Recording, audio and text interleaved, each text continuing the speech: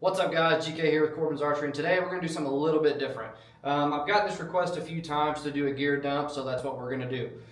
This gear dump is going to contain what I would take on a long, multi-day elk hunt. All this stuff in this pack here is what I took on my wife's 9.5-day elk hunt last year. So everything you see in this pack is stuff that I've used for at least a year minimum, if not longer. Diving into it, I'm going to explain everything that's in this Kifaru 4300 pack. Everything that you see right now is what I'm going to pull out of this pack. I'm not going to be adding anything to it, but this is essentials that I pack, especially going on a long archery elk hunt where you might not have access to going back down to the truck, and you got to have everything on your back and be prepared to be out there for a long period of time. So let's dive into everything I got and hope you enjoy the gear dump. All right, got the bow skill here. We'll go ahead and get a weight for you guys.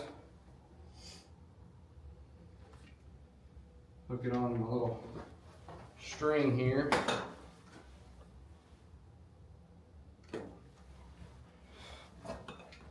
Okay, so fully loaded out, 38.1, hope y'all can see that. So 38 pounds, fully loaded out. Again, might not have the tripod, but that's what it's gonna come out to, fully loaded.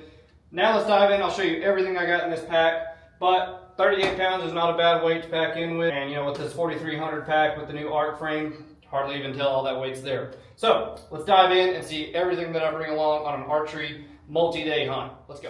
All right, so I just dumped everything out of the pack. We're gonna take a look at everything that I'll carry. Again, this is for a big multi-day hunt. We're talking not going back to the truck to at least 4 days to refill on food and stuff like that. So let's dive in, starting from the bottom of the pack, working up. So I run the Nemo Hornet 3-person Osmo tent, really light backpacking tent. Goes at the very bottom of my pack, or straps onto the bottom of my pack, I should say.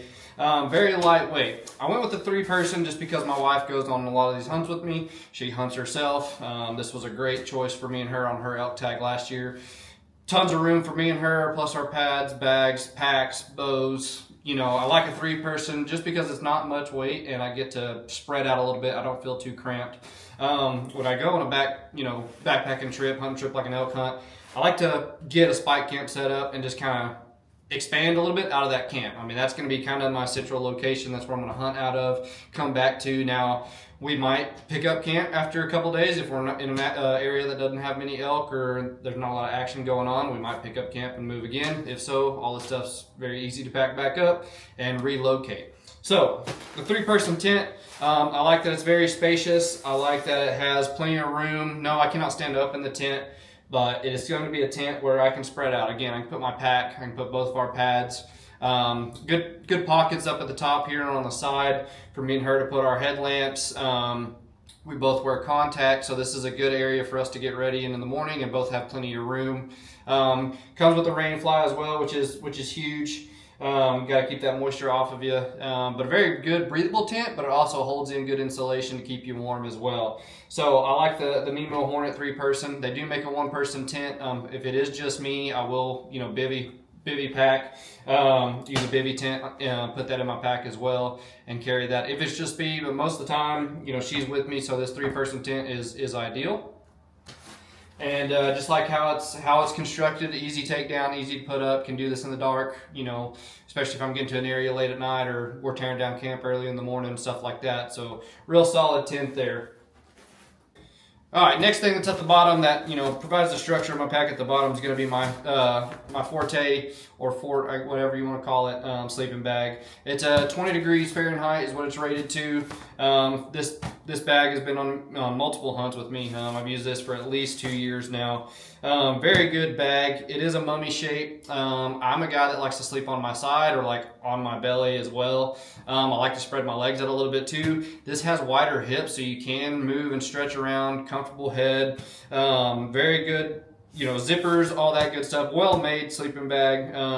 This is something, guys, that I can't stress enough. If you're just now getting into, backpack hunting and doing it yourself, invest the money. I made the mistake of starting very, very cheap and just getting low end cheap stuff. This is the stuff you need to spend the money on as far as a good pack, because it's probably the number one most important thing. So get yourself a good like Kafaru pack, for example, and then a good tent and a good bag. I mean, you got to be comfortable while you're out there, and if you can't carry a lot of weight on your back because your pack's not good enough, there's no need to skimp out on those features. Kind of like shooting a bow, you want to have a really good sight, really good arrow rest, good arrow, stuff like that. You don't want to skimp on the most important parts. So for me, number one priority is a good pack.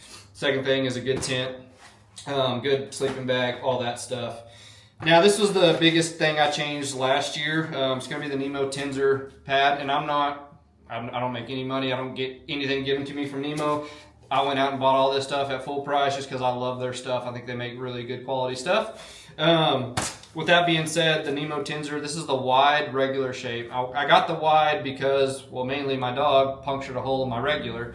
So I had to go to a store and get another pad, and they had this wide version. I said, you know what, I might try it out. And the wide sleeping pad is the best thing I've ever probably spent my money on as far as when it comes to my setup, when I'm backpacking. Having this wide pad, I can roll over in my bag and not fall off my pad, or my pad's not going to slide out from under me. Highly, highly recommend the Tensor pad. They do make another like all season one. I don't know the name on top of my head, but they just dropped it. Don't know if I'll upgrade to that. This one does everything I need it to. I have not had a bad night sleeping on the mountain at all with this, and this has been on 3 hunts with me, 3 multi-day hunts, I should say. So very easy to inflate. Comes with the Vortex bag. How this Vortex bag works is you open this up, breathe in some air from above it, close it up, and then you can just basically squeeze the air into the pad. Makes it easy. Takedown is really good. And what I like about Nemo is they send you big enough bags to put your stuff back in and to stuff it back in. That's the biggest deal. I hate when you're trying to fight getting your stuff back in your bag, when you're trying to hurry up, take down camp, all that stuff. That's going to be my sleeping pads, the Tensor wide. Also have a little packable Nemo Pillow Light, I think is what it's called. Pillow that you can blow up, fits right in my head in my mummy bag. Very light, very easy to adjust. It has like a micro adjust feature where you can let out just the right amount of air to get that exact pillow, firmness that you like. So, I mean, you are on the mountain. It's not going to be the most comfortable thing, but there's no reason why you can't have, good stuff to make your, sleeping experience as comfortable. You want to get a good night's sleep because you are out in the mountains for several days, and, having a good tent, having a good bag and a pad, that is very, very important to good sleep. So highly recommend you check out their stuff. This is the stuff I've liked to run. It's been very comfortable for me. I have gone cheaper in the past, and again, that was a big mistake. I went cheap very early. If you're getting into this stuff and you're going to like it, kind of do a buy once, cry once deal, and get after. All right, as it comes to clothing, it can be tricky to pack exactly what you need, especially when you're going to be out there for 4+ days at least. Weather can happen at any moment. So ideally if the weather's not too bad when I'm packing in, I'll normally wear just like a merino t-shirt. I'm going to be packing, I'm going to be moving a lot. So I'm basically wearing this merino t-shirt, also wearing the Obsidian pants from First Light, probably my favorite pant out there. Not too hot, not too cold. I can wear it in all kind of conditions. Very, very quiet as well. But that's what I'm wearing when I'm packing in, as well as my bino harness and all that. In my pack, I kind of plan for everything, and I try to overpack just in case some weather comes up. I don't mind carrying a little bit more weight, just in case I have everything, if weather hits or whatever. I'd rather have it than not need it, and vice versa. This is going to be the Kafaru Blitz bag. You can get these as well. I think they're like $50. Big bag, but they pack up. Smaller than an Nalgene bottle, so ideal to put extra clothes in. What I like about it, I can stuff this in those packs, and they compress. They don't take up a lot of room versus folding up different clothes and stuffing it in crevices. I can pack all this stuff down there, and it's protected, it's separated, which is what I like. So I open this bag up. I'm gonna have my rain gear. I'm gonna have a couple pairs of underwear and socks for at least 3 to 4 days. Again, this is kind of what I like to have for a multi-day hunt. I'm not planning on going back to the truck for at least 4.5 to 5 days. Last year on the elk hunt, I never went back to the truck. My buddy Chance, who was helping us, pack if we needed to, he went back on like day 6, I think, and, got a change of food for us and, whatever. So I'll ideally pack one long sleeve merino type jacket, shirt, whatever you want to call that, with a hood. Always have a pair of merino leggings on. I'll wear those under my Obsidians, and that's all I'll wear, unless the temperatures, again, check the forecast. But I've worn this in sub 40-degree conditions and was fine.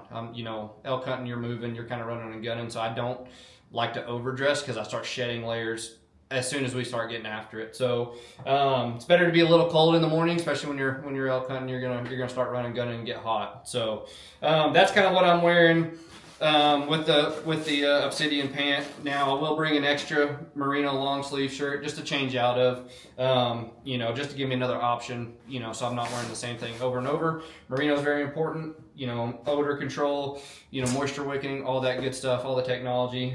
This is some good stuff I wear from Purse Light, KU, Sitka. They all make good stuff. Go with what you want to spend your money on. I'll also have I'll call this a medium style jacket. Just a jacket, just in case if it's a little brisk in the morning. I'll have that jacket on just to, you know, stay warm. Something to hang around at camp in the afternoon, because it can get cold overnight. I might want to throw that on as well. And then just in case we get a good flurry, or, you know, some cold weather comes in, I'll pack a good puffy just to stay warm. I'm not worried about my legs getting warm. I stay warm down there. It's mainly my upper body that gets cold. So, you know, enough layers up top to stay warm. I can keep moving to keep my legs going. All this fits in that Blitz bag, which is pretty awesome. So highly recommend to pack everything that you think you might need, and then just plan on making a trip halfway through your hunt to change out what you need to change out. All right, moving on to our water situations. I use the Sawyer squeeze system. 2 bottles in here. You got your filter as well. It comes with a hose, comes with the knobs. I do recommend getting the gravity fed one. That way you can fill it up, hang it, and just let it dip into another bottle. That way you're not sitting there having to squeeze, because it can take some time squeezing those through. A lot of times when you're tired and you're out there, you don't want to think about, now I just got to filter some water. I'll go ahead and fill up one of these dirty bottles, get it gravity fed. We'll go hunt, go eat, go do whatever we got to do, you know, out and about. When we come back, and I already got a, you know, full deal ready to go the next day. So highly recommend that. In my pack, I will fill up my platypus. This is a 2-liter. Run it through my pack, strap it onto my strap, and have some water out there. So I got 2 liters of that. These are going to be 32 ounces a piece. So, and I'll always keep one full of clean water. So if I need to come back, top this off, I can. And that's what I'll use the platypus for as well. Always good to have a Nalgene bottle. Pour some clean water in that, especially in your downtime. Focus on getting some water clean where you're not having to do it later at night when you've been hunting all day. It's not something you want to do when you get back and it's dark. Got my utensils in here for my meals. I'll have my Nalgene bottle with me. The water system is very important. I have used the little tablets before to filter the water. And I've also used the Steri pen. I like the Sawyer the best just because I can leave it and not have to tend to it. I can let it gravity feed. Or if I am in a pinch and I need to squeeze some water, I can squeeze some water out, and that's not an issue either.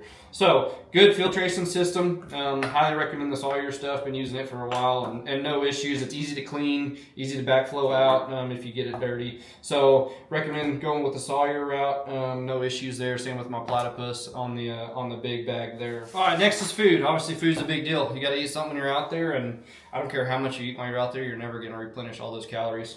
So ideally, this is what I basically bring for the 4 days that I'm out there, and then go back to the truck and refill. Again, this might change. If I'm going to be a long ways from the truck and I'm planning on being out there for 6 straight days, I'll pack a little bit more food. But food normally goes in my blue dry bag here. For example, if I'm out there for 4 days, I'm going to have 4 dinner meals ready to go. Highly recommend, people don't do this enough in my opinion, highly recommend going and trying them out. Go try out what you think you'd like. Go to your store and get you a couple meals to try out. And I mean, yeah, you got to figure out what you like when you're out there, because you're going to be living off this stuff. So try out some meals that you like. You know, something that interests you. Hard to go wrong with any of the pastas and all on the freeze dried stuff. Peak makes some really good stuff in my opinion. That's the most I'm accustomed to. Mountain House as well. And plus it's fun for me. I don't know. I kind of get in the mood to be in a hunting situation, so I'll go and grab a meal, and my wife will just look at me like, "Why are you doing that?" But I don't know. It's kind of fun for me to pretend like I'm out there, especially when it's middle of May. So 4 dinner meals. Normally I only go 2 or 3 breakfasts if I'm out there for 4 days. And I might not eat one of these. I'm not a huge breakfast person. I try to force myself to eat something. So mainly I'll get up, maybe make some coffee, and then get after it. I don't really want to sit around and eat and then go hunt. So I might eat later on in the day. If so, I'll have a bag full of protein bars, Uncrustables, trail mix, you know, just stuff like that, stuff I can snack on to have a little bit of nutrients in my body. But same for the breakfast, try some stuff out. The granola is hard to beat just because you don't have to add the water to it. Moving on to the cooking system, I got my propane, got my jet boil. I'll normally pack an extra canister to that. But I have used the smaller size, and it's lasted me 5 days before. So depends on how you use it. Got my stand to go with it. Burner fits in there. French press coffee things in there as well for my coffee. Normally it's me and my wife, so I always have to bring an extra just because we both use it. And in the morning she's sometimes a little cold, so I'll open this up, turn it on, kind of heat the tin up a little bit just to. That's the hardest thing, getting up, getting dressed. So if you just can hurry up and do it, you'll get warm quicker. Also have mixture of drink stuff. This is going to be my coffee. This is going to be my Emergency, my Ignite from Mountain Ops. Got some of the Chad Mendez, Money Punch, Peak stuff in there. Just something to not drink boring water every day. Something to give it a little bit of flavor. I do bring sometimes like a sweet tea mixer or one of those the Mio pods, squeeze some stuff in there. Highly recommend just having some flavor, have some options. Not pictured because I don't have it here. Is going to be a Ziploc bag that full of my Uncrustables, trail mix, protein bars, just other little snack bars to snack on for lunch. The flat tuna packets are really good and they last a long time. Just something to get some nutrients and some protein out there. Highly recommend stuff like that. So now we've worked from the bottom of my pack all the way up to the top. Now this is going to be the stuff that's at the top of my pack, stuff I can easily get to if need be. Once I get to my spike camp though, and I'm out there in the area, I know I'm going to hunt, I break down everything and set up my tent, everything. Most of this will come out. I will pack, one meal maybe, a little bit of food, my jet boil, and then I won't see it again until I'm, at camp that night. So not all this stuff's in my pack at one time. I do get up there, drop a spike camp out, and then I'm good to go. So we've made it to the top of the pack. Let's grab the next item. All right, so now we're kind of at the top of my pack. We'll go over the game bags. Some guys buy cheaper game bags. If you are watching this, you watch YouTube, obviously. So I watch the Born and Raised guys just to get in the hunting spirit, get my mind on some hunting. And I bought their game bags.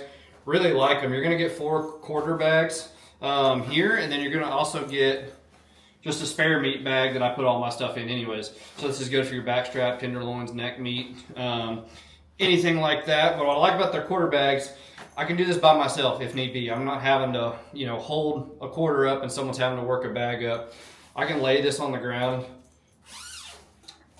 unzip this, fold it open, and I can lay, full-size quarter in here, close it back up, zip it up, and then my quarter is in this bag, so to speak. So, really good idea. I used these on my mule deer for the first time. Loved it. They were all bloody, and now they look brand new again. Easy to wash. Very simple. Good care. You can use these multiple times. Some game bags you can only use once. So, keep that in mind as well. Yeah, you might spend a little bit more of these out the gate, but you're going to get a lot more uses out of them, I guess you could call it. These will actually fold up a lot nicer and smaller than this, but it does pack up pretty small. It doesn't take a lot of space in the pack. Moving up to the top lid portion of my pack, I'm going to have a pack like rain fly basically. So if it rains, I can put this on. Check with your pack provider, whoever makes your pack, to see if this will fit. This is just a cheap Badlands one that I've put over my pack. Keeps the moisture off of my pack, keeps me dry, keeps the pack dry, all that. Top lid compartment. Now, I go 2 headlamps because if one runs out, I'd rather just have another one versus carrying a bunch of batteries with me. 2 is 1 in the elk woods. So, 2 of these, good to have, can never have too many. I take 2 knives and a sharpener. Got my smaller Benchmade here. Got a little bit bigger one for those deeper stuff. Bigger workhorse. Can't go wrong with Benchmade either. pocket sharpener. I mean, sometimes these get dull pretty quick when you're out there, and they might not need a full resharpen, just a quick touch up. Takes me just a couple seconds, and I'm back to quartering up whatever I need to. The Kydex holsters are hard to beat, just to keep the knife protected. They're not going to fall out. This one has a lanyard, and I'll normally wear it around my chest sometimes. Sharpener can't go wrong. Extra bottle of your squeeze, your wind checker. I use this stuff vigorously just because I like to know where the wind's at. So I'll probably run out on a 6 to 9 day hunt. Another mouth call. Have another call with you just in case your diaphragms aren't working right. You wanted to hear a different sound. Can't go wrong there. And then it's always smart to have a multi-tool. This is just a simple Leatherman I carry with me. A little bit of weight to it, but if I need to tie on a new D-loop, a pair of pliers in here that I can cinch that D-loop down. All this is going to be in my top lid, as well as I'll carry about 2 feet of serving material, and then I'll also carry maybe 1 or 2 D-loops with me. I'll go ahead and cut them to size, burn them in the shop before I leave, throw those in there. That'll be in the top of my pack as well. Just to have an extra D-loop, that might get cut out there. Archers, when you're out there, carry some serving, carry some D-loop, learn how to tie a D-loop. If you don't know how, watch our videos. We'll try to make them very simple to tie some stuff in just to get you through the hunt. It doesn't have to look professional, it just has to be effective, has to get the job done still. I also carry, since I run a QAD, I also carry the little, hope you can see that, the little football jig, whatever you want to call that, that comes with your rest, your little clasp. I run it through my cable, serve it in there. It's not going to move. It never has moved. It's never torn, never pulled out. Zero issues with my rest out in the field. But for some reason, if that cable did, if that cord did come out of that cable or got nicked or torn or whatever, I can throw this jig on. Just needs a little Phillips screw. So I get my multi-tool. I can attach that, time it back up. I'm good to go. So good to just have that.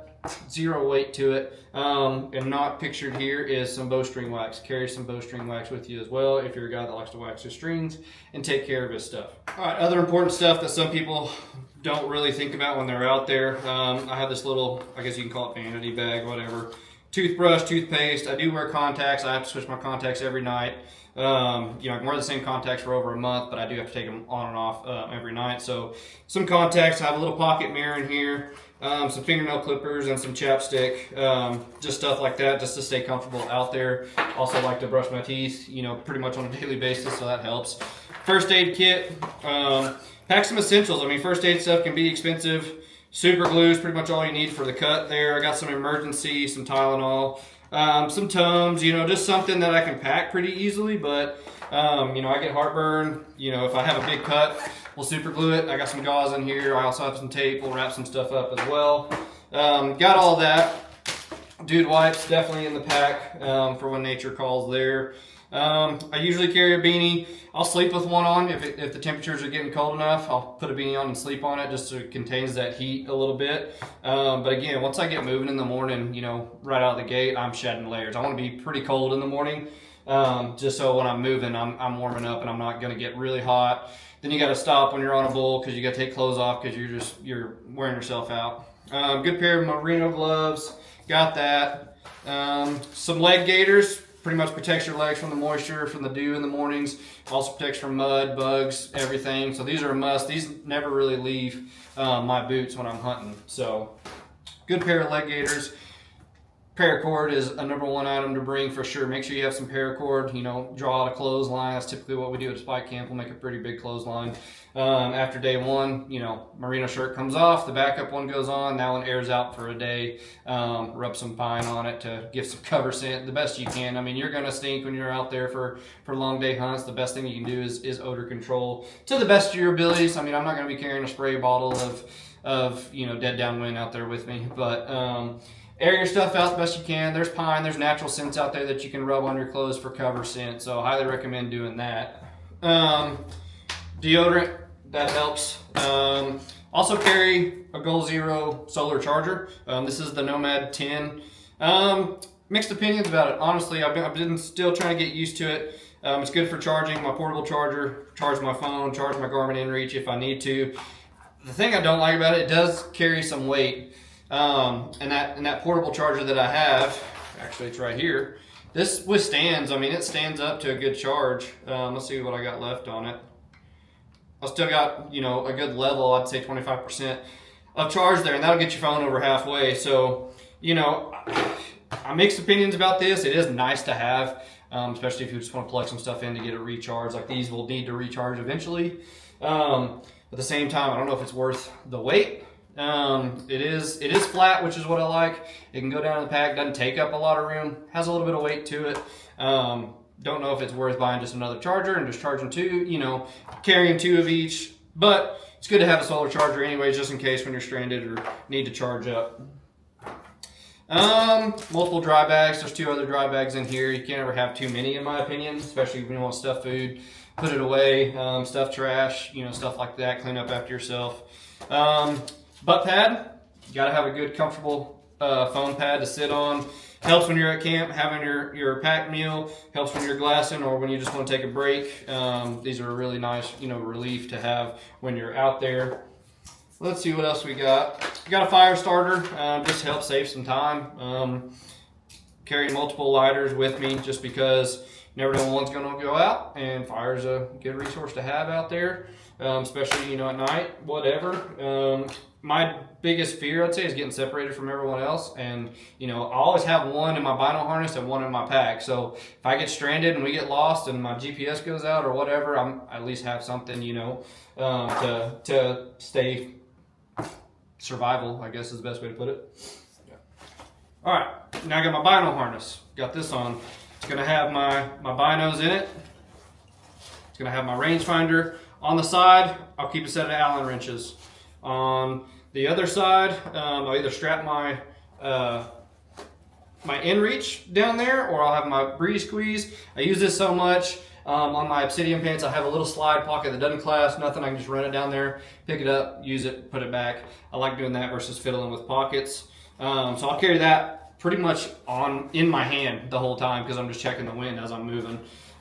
In the zipper pouch on the Kifaru, I'm a handheld guy, so I'll put my extra thumb button in here. 2 is 1, especially if you're a handheld guy. You could lose yours very easily, drop it, whatever. Have my extra thumb button in this zipper pouch. It's zipped up, it's not going anywhere. On the back here, I'll normally have a Ziploc bag with my tag. Put that in the back. My phone stays either in my pocket or on the back side here. So, have all that gear on my chest there. Good to have. Ready to go there. A few other things that I like to have. These are going to be the sissy sticks from Peaks. It's good to have trekking pole, especially when you got a lot of weight on your back packing out. They do come in handy. I won't run these every day, but mainly when I'm packing in or packing out, I got extra weight on my back. Those are good to have. Just a simple bugle tube. Normally, my buddy Chance is calling. I'll do some calling. It's nice to have just in case we need to get on some different peaks and start something up, try to get some of the bulls in the area fired up. But good to have a bugle tube as well, just to make some noise. Let's see, tripod and spotter. If I am running this, it's going to be my Leopold spotter, 20 by 60 by 60.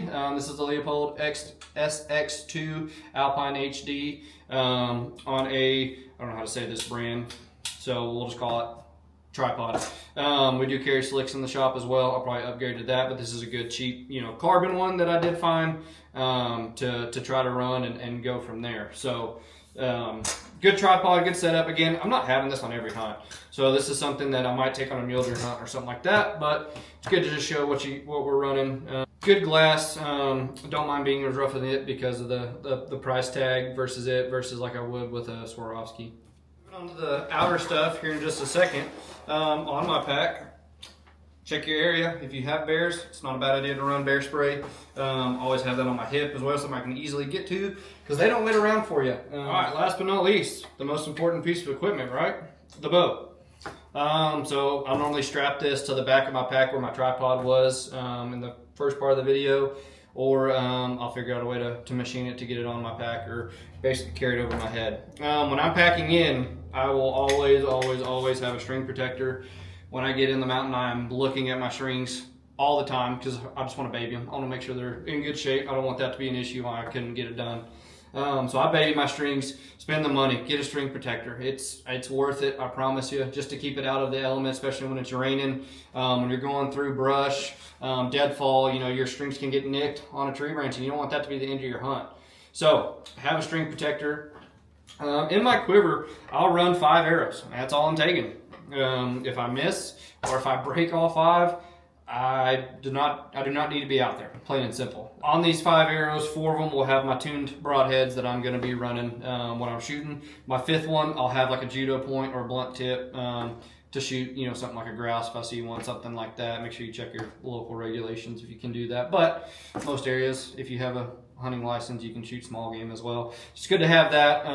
Good to change it up, get some actual, you know, wild game in you versus those freeze-dried food. But 4 arrows. If I need to go back to the truck again, good grief. You know, this is what you practice all year for, so you only have to use one of these guys. But is what it is. I'll carry those 5. Got my stabs. Limb legs are going with me as well, just because it's nice to set my bow down. I'll have my release as well. That'll either be in my pack. The thumb button I'm going to run this year is the Stand Axis. It has a wrist strap, so I can keep it on my wrist. I'm not going to lose it, which is ideal. Keep a set of Allen wrenches. Something might get loose. You know, put indicators, Sharpie marks of where your sight was. Put it where your rest was. Take note of everything that you have. Measure your distance on your peep, all that. That way you're set up in the exact same spot you were when you left the truck. It takes 5 seconds. Just look over your stuff when you get where you're going. But that's what I'm running on the bow as far as getting in there. When I have this string protection on, it takes literally no time to take off, and it packs up really, really small. Takes up no weight, no space, nothing. So it's important to have a string protector with you. Other than that, that's basically my gear dump of what I will take on a multiple day hunt. I've used all this stuff in the field. Believe in all of it. I was a guy who went cheap right out of the gate. Instead, I wish I would have gone and done some research on what I would like, and just, you know, buy once, cry once kind of deal. It's an expensive sport that we're in, but it is worth getting the good quality stuff. It makes your hunt so much better, so much nicer and easier on you. Something I didn't mention was my footwear. I wear Crispies with sheep feet insoles. If you're watching still, get the sheep feet insoles. They save your hunt and they save your life. They are worth every penny. Valued customer. I didn't believe anyone that told me, and I bought a set, and yes, they save you everything. Just to get back to your tent after, you know, a long day of hunting and your feet not hurt, that's priceless in my opinion. So I hope you guys like this video. Something new, something different. I have gotten requests, so this is just kind of my gear dump, something I believe in, something I will run. You know, I can give you pros and cons on a bunch of different archery equipment, but it's nice to see something a little bit different sometimes versus this is what we like to hunt on run on our hunts, and hopefully you got something out of it. Like and subscribe. Make sure you're following us on Instagram. We do a lot of cool giveaways. If you got any other videos idea, link them down below. Anything you want us to expand on, just let us know, and we appreciate your time and your support. Thanks, guys.